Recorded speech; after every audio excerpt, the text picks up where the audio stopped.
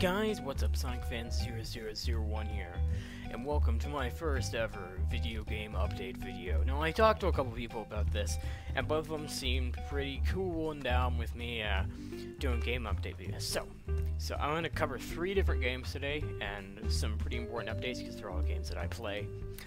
Today we're going to be covering 1.9 for Minecraft, 2.2 for Sonic Robo Blast 2, and a special surprise for Five Nights at Freddy's. So, we're starting out here on srb2.org. This is probably one of my favorite games to play on the computer. The Minecraft and Five Nights at Freddy's, of course, and some others.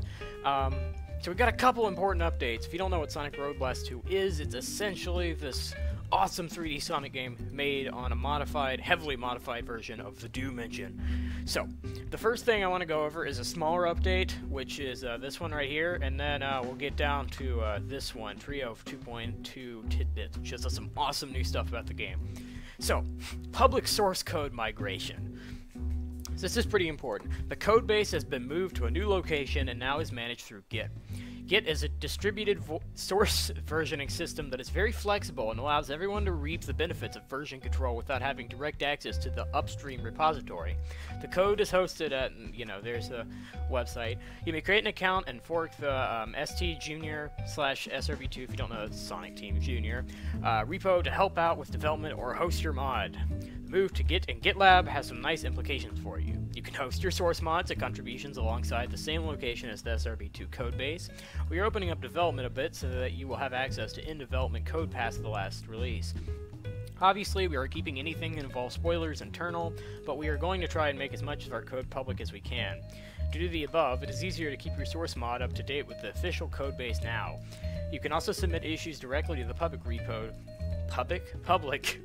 to help us keep track of bugs. And for us, there are many benefits too. The least of which is that we have a better way to review code before it gets delivered to you guys. Yay for less bugs! In addition to GitLab, the existing public GitHub repo will be kept up to date. If you prefer contributing through GitHub, you may continue doing that, but we will be hosting the issues repo from GitLab instead of GitHub. The guide on the wiki will be updated to have more relevant information. For now, give the site perusal and let us know what you think. And, of course, if you have any questions. So, this is pretty cool. Basically, what this is saying is, for mods, WADs, I guess in this case, then they're making the code more public, so it's going to be easier to code mods. So now we get to the exciting stuff. Trio of 2.2 Tidbits. This is the next update, and people have been theorizing what's going to be in it. While development on new content has been slow due to all the patches to 2.1 last year, we finally progressed to the point where we can show off at least a few tidbits of what's upcoming for version 2.2. Like every preview we post, things shown off here are subject to change before release. So let's look at our 2.2 tidbits. Here's a shot of the work-in-progress copy of Arid Canyon Zone Act 2. While a lot of the details are still needing filling in, the stage is coming together quite nicely and expands on some of the concepts from Act 1 while adding a new gimmick for a little more variety.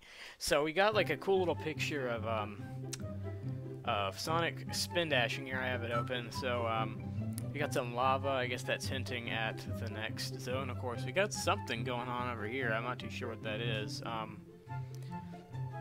Anyway, it's been a long time since Arid Canyon's gotten any sort of updates, and look at this. We also got an update for Deep Sea. Deep Sea Zone has been a sticking point to a lot of players since its release along with 2.0. While it's a lot less far along in development than ACZ2, that's basically Arid Canyon Zone Act 2. Deep Sea Zone is getting a proper revamp to fix a lot of the problems in its initial release, including some completely new content and lots of new texturing. This is really cool. We got a picture of Tails going through a much more detailed zone.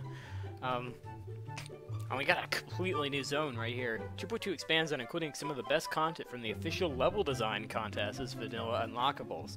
If you've entered into the official level design contest in the last few years, you might want to keep your ears open. You might even want to include your stage as well. So they're going to be including player stages as vanilla unlockables. Here we seem to have some sort of snow-based thing. We got a snowman here, and some rings, and we got Knuckles flying. So that is all for the SRB2 update, and I'll be right back with the Minecraft 1.9 update. Additions pretty much so far to 1.9, it's going to be called the Combat Update, and it's going to have some sort of new block type, and it's like this darkish block, and it's gonna allow people to add in new commands. You know, you register them in a simple way. Possibly include model changes. That would be pretty cool. You know, like in terms of resource packs. It would also be pretty cool. It sounds like they're going to be doing some stuff with code for map makers, which will be awesome for me. Because this comes out before some certain maps this year, then that'll be really cool. I can see what I can do with that. There's going to be, of course, the new deaf feature, which is awesome. So if you're deaf, it actually shows you the sound. So, I mean, that's pretty cool. We have the new block type, of course, pressed dirt. So this is going to be like a path. So, like if I walked here, then it might leave a path. And it's kind of like when you hoe down land, as you can see, except it's going to be, you know, more actual dirt-like, not tilled looking. Anyway, so it's going to be the combat update. There may also be some new boats and minecarts, like new wood types and obsidian boats that can travel through lava, which was inside the funny April Fool's update that they released, aka the Love and Hugs update, which I'll have linked down in the description if you want to read more about that joke.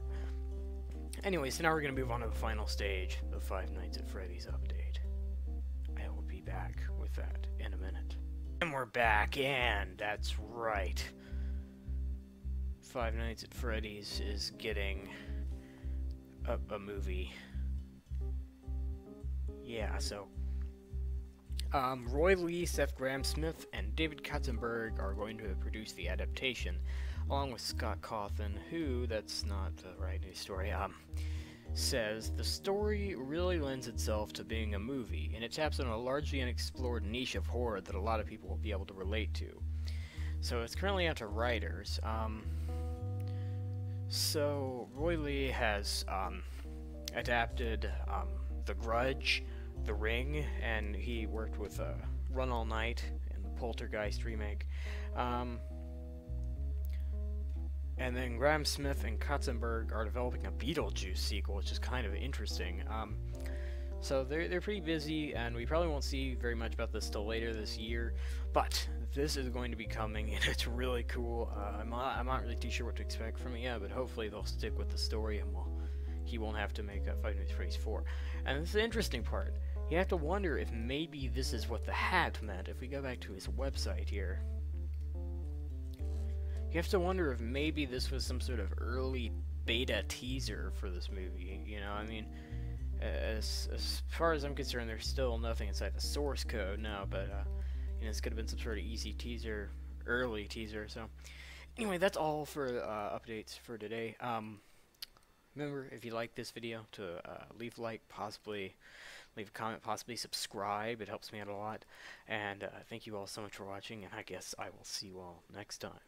Bye.